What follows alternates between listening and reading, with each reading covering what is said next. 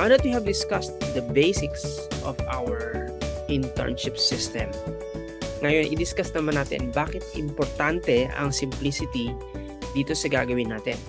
In fact, later you will understand that 5x3Co-Learning program is built on this simplicity as the central principle of what we are doing. So first, simplicity. I have a question for you. Sa palagay mo, ano ang mas simple at mas achievable? Kung ikaw ay magsushoot ng basketball 2 feet away from the ring or 20 feet away from the ring? Most likely, you will say, of course, mas simple at mas achievable ang 2 feet away than 20 feet away, right? Definitely, mas marami ang kayang mag-shoot sa ring within 2 feet kesa sa 20 feet. And for that matter, yun din ang goal natin, na mas marami ang kayang gawin ang ating internship kesa sa mas mahirap siya. And that's the reason why we are focusing on the simplicity. So, let us put this simplicity into our internship. Ano ang mas simple and achievable? Mag-enroll ka ng 3 students and co-learn with them? Or mag-enroll ka ng 30 hanggang daan-daang students? And I'm sure you would also say the same thing. Of course, mas kaya ka mag-enroll ng 3 students and they can become my co-learners. Especially if they are your friends and magkakakilala na kayo, right? That is the focus and the simplicity that we want to happen dito sa ating co-learning program. So how do we keep AngatKa internship system? Very, very simple. Well, the answer to that is the 5x3 co-learning program. I-explain natin ano ba tong 5x3 co-learning program na ito. Ang 5x3 co-learning program is actually based on 5 communities na ang bawat community ay may 3 co-learners. So in every community, enroll 3. Yes, 3 co-learners. Let me explain this a little bit. Let's say you have your first community, neighbors, di ba? Mga kapitbahay mo. Kesa nagmamarites o nagtotolits, might as well yayain mo sila na maging co-learners mo dito sa AngatKa Entrepreneurial Gateway course. Now, you can have other communities as well. So, office, yung mga office mates mo, kumuha ka ng at least 3 na pwede mong maging co-learners, and that's another community that you have. And there's also from your relatives, right? Mga kamag-anak, pinsan, mga ka-close mo, ask them, hey, let's study entrepreneurship together. And so, invite them to become part of your co-learners. And another thing is mga schoolmates. Especially kung mga batchmates mo sila ng high school or elementary or even college, right? So, yung mga schoolmates mo, especially mga magkakakilala na, you tell them, let's become a co-learner. Help me, right? So, ask these people to help you out as you study. They will become your support system and you become their support system. And one more is the church mates. Okay, kung wala kang church na involved, maybe sa iyong mga business clubs, right? You can invite them to form a community to become co-learners. So in this case, you can see meron kang 5 communities and at least meron kang 3 co-learners each. Now, what if sa office mates mo, 2 lang kayo? That can be a good start as well. And sa relatives naman, 4 kayo. That will be okay. So the principle is that meron kang community na meron kang co-learners doon. And you don't need to start all of them at the same time. Pwede kang mag-start with just your neighbors, then after that, yung schoolmates, then after that, yung office mates, etc., etc. So this is the simplicity of the 5x3 co-learning program. The first thing you have to do is to attract your friends para i-explore nila yung ating free course. You see, that's the good thing. Libre to. And of course, you can ask them, can you support me? I need a co-learner. Can you be one? Right? That I think will be a way for them to look into it. Manghingi ka ng favor sa kanila to help you out. And I believe that along the way, they will also appreciate the course. The second is you assist them as co-learners to engage our course and our community. Yes, so habang sila ay nag-aaral na din, tinitake nila yung free course, have time to have a coaching session together, introduce mo sila sa mga coaches natin, or even meet up together somewhere if that's possible, have coffee together, and discuss your learnings. Share your challenges, share your dreams bilang mga aspiring entrepreneurs. Next is you advise them to endorse our free course to their friends, right? You can tell them, look, why not also ask for others who can be your co-learners as well?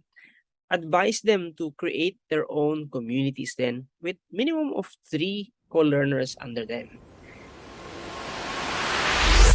So, focus on the simple but vital behaviors. Ito ang pinaka-importante sa lahat. Of course, the first is to attract them to explore AngatKa, right? And again, this is free. So focus on attracting. Next to that, of course, is assist them to engage sa AngatKaPH, help them progress, help them to go through the milestones, and of course, advise them to endorse AngatKaPH to their friends. So focus on the vital behaviors, attract, assist, and advise. And on the part of our students, that they will explore, they will engage, and that they will endorse. So these are the vital behaviors na dapat nating tutukan sa ating 5x3 co-learning program. Now let's explore the power of this simplicity na meron ang ating 5x3 co-learning program. As you can see, the image that opened up is the massive atomic explosion that took place in 1940. Now, why did I chose the image of this massive explosion? Kasi ang tawag dyan ay exponential growth of energy. So we believe that simplicity speeds up virality. Para din yung nuclear explosion, right? Sabi ni Steve Jobs, focus and simplicity. Once you get there, you can move mountains. So that is what we want to happen. If we can do the internship and ang AngatKa as a very simple activity, then we can speed up the virality para kumalat ang ating cause at mas spread natin ang ating culture to produce more entrepreneurs in the Filipino families. So, simplicity equals virality. This is a very important thing for us to think about. Virality is actually a powerful model of business. Let's look at some examples para makita natin. Una, ang Amazon. Amazon has almost no store but it is the largest retailer globally. Pangalawa is Facebook. Facebook creates no content but it's the largest media in the world. Pangatlo is Grab. Grab owns almost no car but it's the biggest transport in Southeast Asia. Of course, we have Airbnb. Wala tong pag-aaring real estate but it is the largest lodging provider in the world. And we have also Netflix. Hindi siya TV channel but it has the largest movie streaming in the world. There's still a lot more, pero we have only chosen these few examples to demonstrate the power of virality. Nasaan ang virality dyan? It is the spread of user and consumers. So dito, it is the power of network effect in business.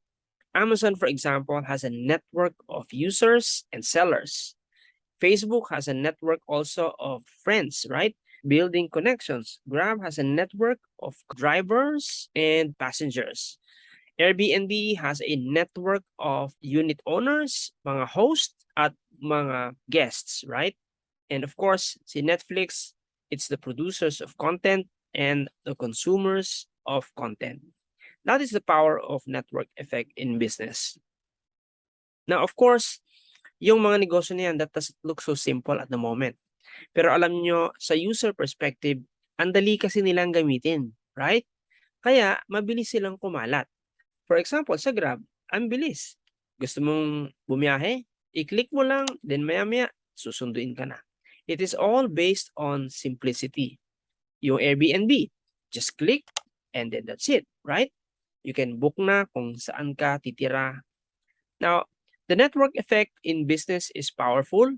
However, this is the more important question. Nasaang side ka ba? Nasaan bang side tayo? Are we on the consumer side or are we on the business side? Now, for example, sa Netflix, Kung ikaw ay content producer, then you are on the business side. Pero kung ikaw ay user, well, subscriber ka, right? You pay every month. No? So the power of the network effect, the virality, is on having a business with this kind of model. But you might be thinking, ordinaryong mamamayan lang ako eh. Wala akong chance na makapag-build ako ng mga ganito.